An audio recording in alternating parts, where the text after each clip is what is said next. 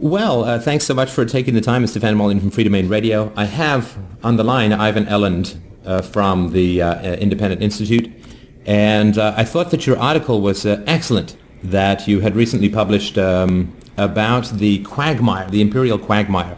I would say that I'm fairly cynical about governments, but even I was a little bit surprised at the speed and enthusiasm at which the U.S. appears to be throwing itself down a third bottomless hole in the Middle East. I wonder if you could share some of your thoughts about that.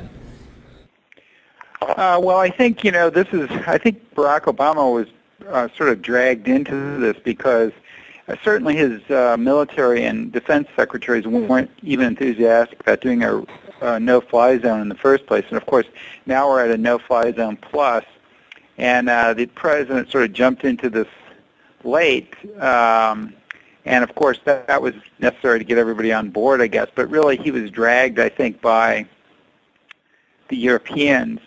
So the problem is, the U.S. already has two Quagmires going, so why not start another one? It's like there's a special buy two wars, get another for half price. So unfortunately we can't afford even the half price in the United States because we have a huge yearly budget deficit and a $14 trillion national debt. And I think we're sort of overextended as a superpower, and much of the foreign policy elite, both Republican, neoconservative, and the Wilsonian left, like John Kerry, et cetera, have been dragging the president into it. And he really needed to stand up for them because he's going to get himself into a quagmire in Libya also, I think. Well, it seems that the no-fly zone is being touted as some low-risk, low-effort, low-expenditure situation, but if memory serves me correct, there was about 12 years of no-fly zones over northern and southern Iraq before the invasion of 2003, so it's hard to argue, I think, that it's a low-resource investment. Right. I mean, John Kerry, he was trying to portray it as that not even a military operation, and all the military people were shaking their heads that it certainly seemed like a military operation, because the first thing you have to do is attack the enemy air defenses, runways, radars, command and control sites, etc. So it is a war, and we call it a no-fly zone. And I think the public, the politicians do that, and the bureaucrats do that too. They try every word but war, because that's what it is. It's a limited war. But the problem is it may not remain limited. There's, in addition to the costs that you mentioned, and they're substantial, the cruise missiles alone cost $1 million each that they're using. But the bigger problem, I think, than even the cost is the problem that what if it doesn't work? Well, that's what happened with Saddam Hussein. The no-fly zone wasn't very successful, and the accompanying sanctions started to unravel. So then there's pressure, well, that didn't work, and we've demonized this guy, so that means we can't negotiate with him, which we've already done with Gaddafi starting back in the Reagan administration.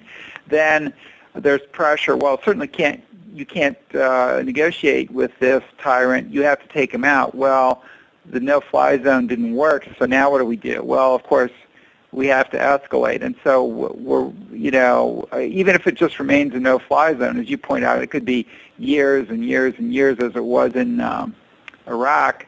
But even that may not be the tip of the iceberg if they have to do more to get rid of them. Right.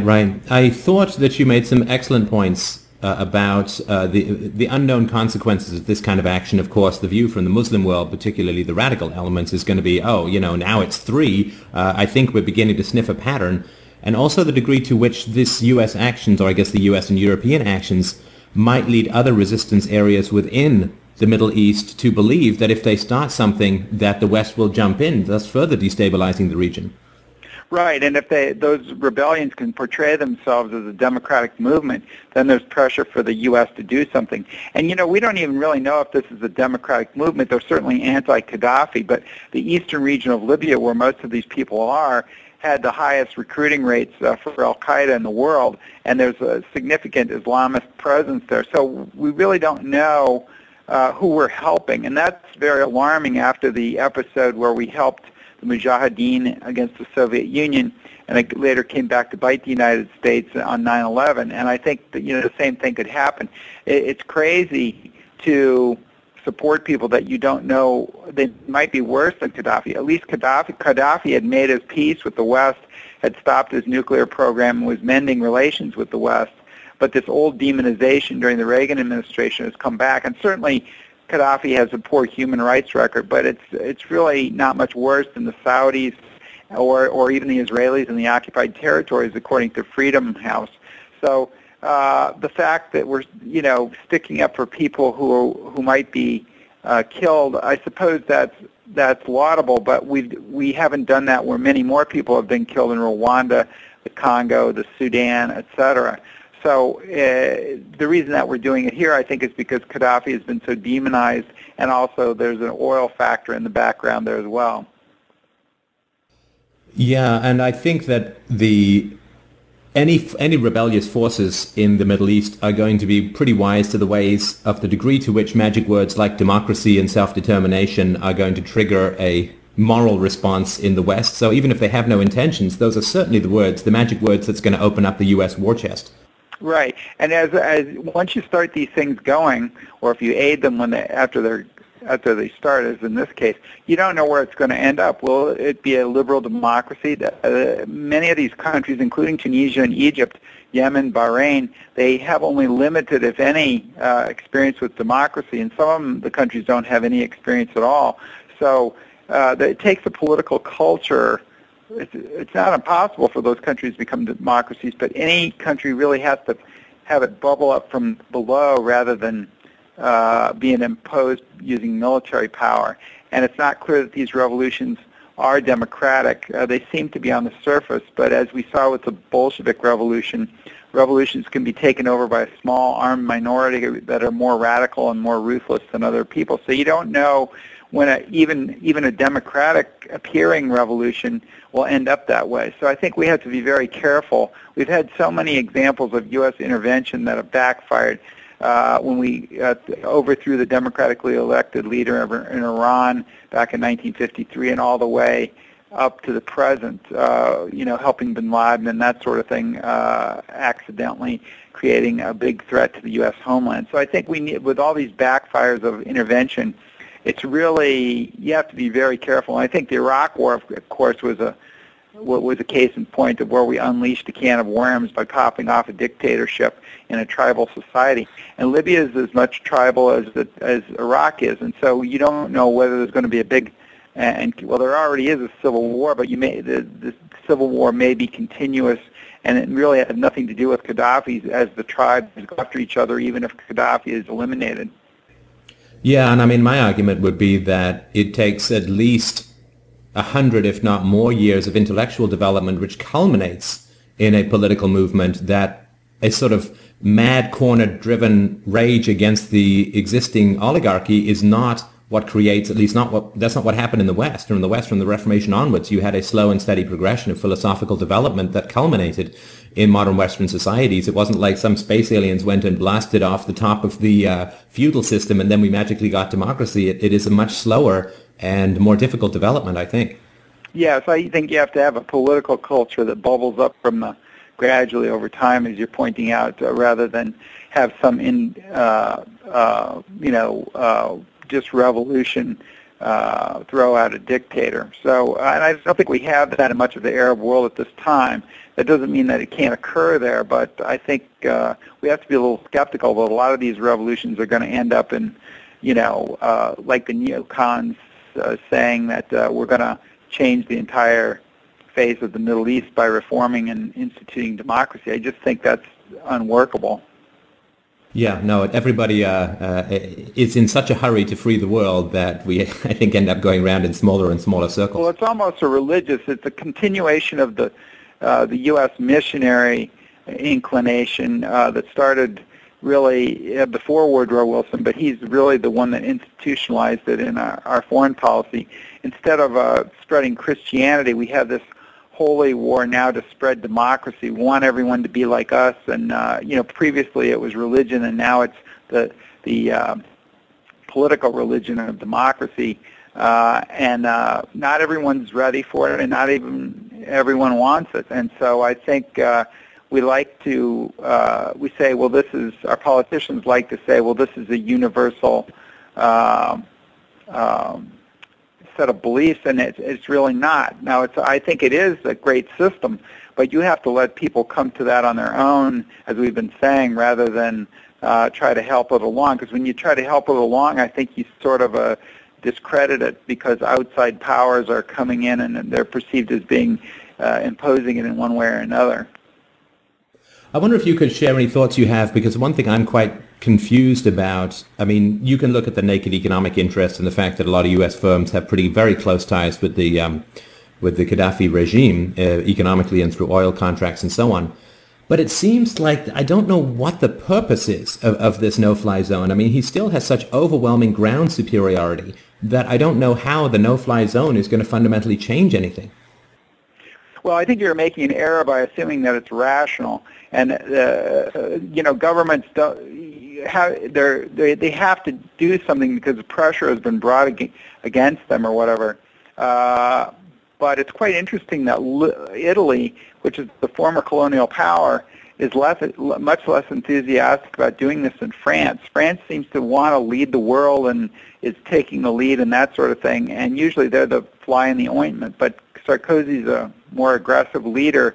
And I think the United States is sort of one of the reluctant parties on this end. But the problem that you have is that it makes no sense rationally, because the no-fly zone, as you point out, doesn't stop the tanks. And also, what's even more ridiculous about it is the air crews have been told you only drop bombs if they're attacking civilians, not if Gaddafi's forces are attacking the opposition. And also, it's not the official line is that we're not trying to overthrow him with the military stuff. We would like him out, but we have sanctions and diplomatic means and stuff that we can get rid of him, which is absurd, right?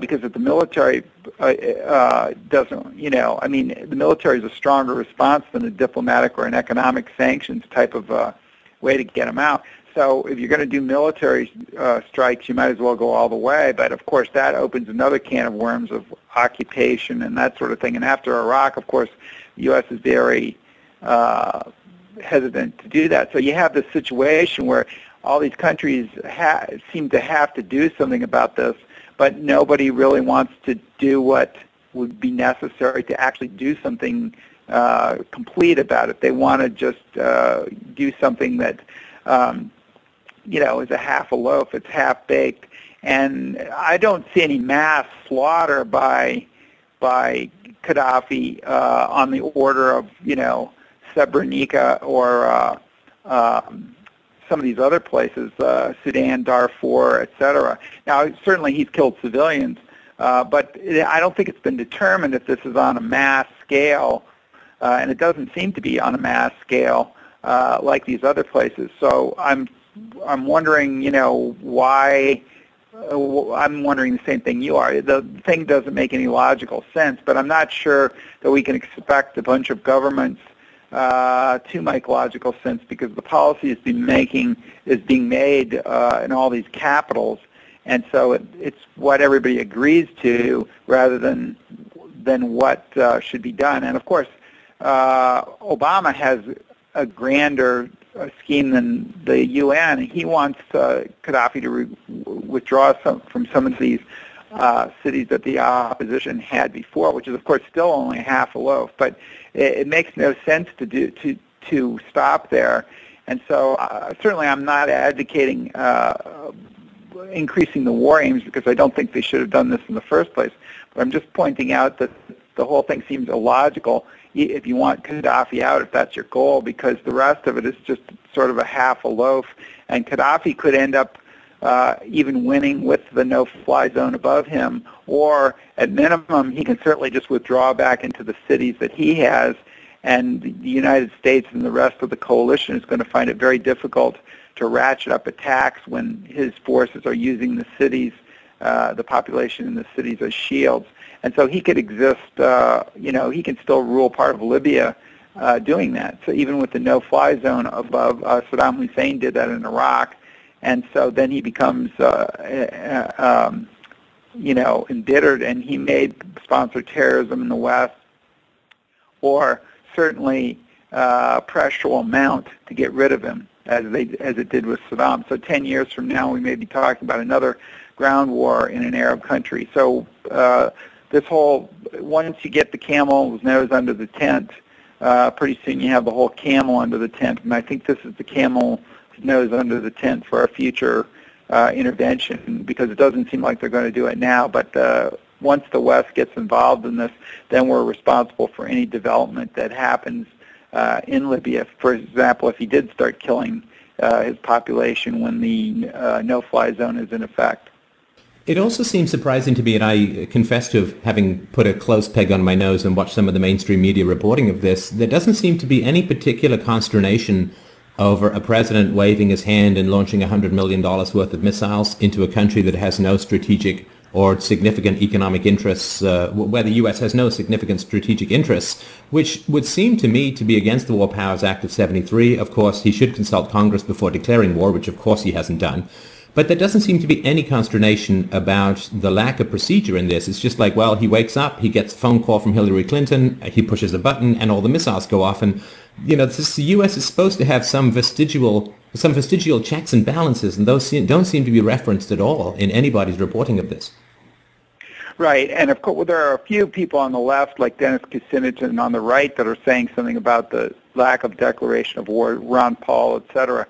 But you're absolutely right. Now, he has followed the letter of the War Powers Resolution so far, but to me the War Powers Resolution is also unconstitutional because it allows the president to commit forces before the Congress declares war. We are fighting a war. We don't call anything a war anymore, but we are fighting a war against Libya right now, and therefore the Congress should have approved it under the U.S. Constitution. But we haven't really done that since 1942. So it's very worrisome, because the founders of America founded the country because they didn't like the idea that the English king and other European kings would take their countries to war, and all the blood and treasure would be ripped from the people to pay for these wars that were just, over really questionable things. So of course America had built on all these checks and balances, which have eroded over time, and now the president maintains that he can just go to war without consulting Congress at all, and that's simply unconstitutional. Whether the courts say it or not, it contravenes the written Constitution under which America is supposed to be operating, and under which America was created. I'd like to, just before we end, and thanks so much for your time, I'd like to lead you down the highly dangerous, slippery slope of prognostication. And with all the caveats in the world, I mean, I'll go on record as saying that I simply can't believe this is going to escalate into anything permanent. The U.S. fiscal house is just so shaky that I just can't imagine. Of course, Gaddafi has already begun to offer contracts to China, to Russia, and to India in return for their opposition to this military escalation. I can't believe it. I can't believe that. I never thought they were going to attack Iran. I never thought there was going to be another war until there was some change in the fiscal picture for the U.S. But things are so desperate and on the edge as far as U.S. deficits and debt goes. I don't think it's going to escalate much beyond. I think there's going to be a backing down. But I was wondering if you could just throw a few of your thoughts in, again, with all the caveats that nobody can predict anything, but where you think it's going to head. Yes, and I think Gaddafi is a very smooth operator, as you point out, and not only has he trying to buy the other countries in the UN, and particularly the Security Council people, to get on his side, he's also realizes that Obama is reluctant to do this, and so he realizes that we provide all the heavy lifting, the initial strikes, the AWACS. We're going to be in the background even during this no-fly zone when they turn it over to other countries. So, but he realizes that the U.S. is reluctant to do this because of our fiscal situation and because we have two other wars going on.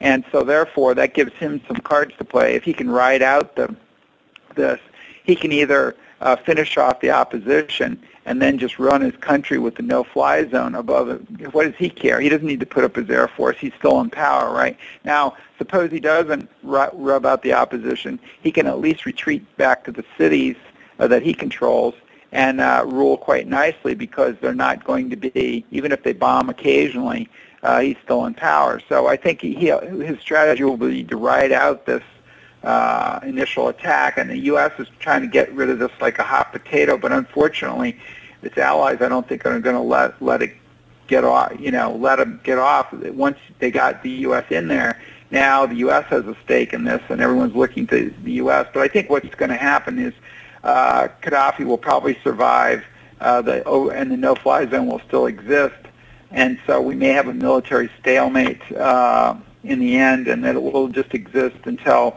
the West is pressured in the future to alter the stalemate.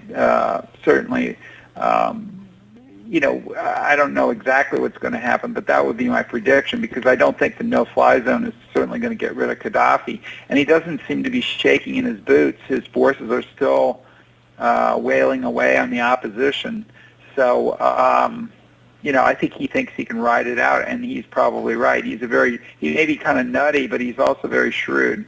Well, you don't stay in power for 40-plus years in that region without having a few tricks up your, however strangely shaped sleeve you're wearing. He definitely does seem right, to have and he's something. also very ruthless, and of course that helps him too, because it doesn't help anybody else, of course, but it helps him because he's willing to do what other Arab rulers were unwilling to do, like the Egyptian military. Well, I really, really appreciate your time. It's very timely to get this kind of information out there. I will put a link to your article in the audio and video, and thanks again, Dr. Eland. I really do appreciate your time. Thank you. Take care. Bye.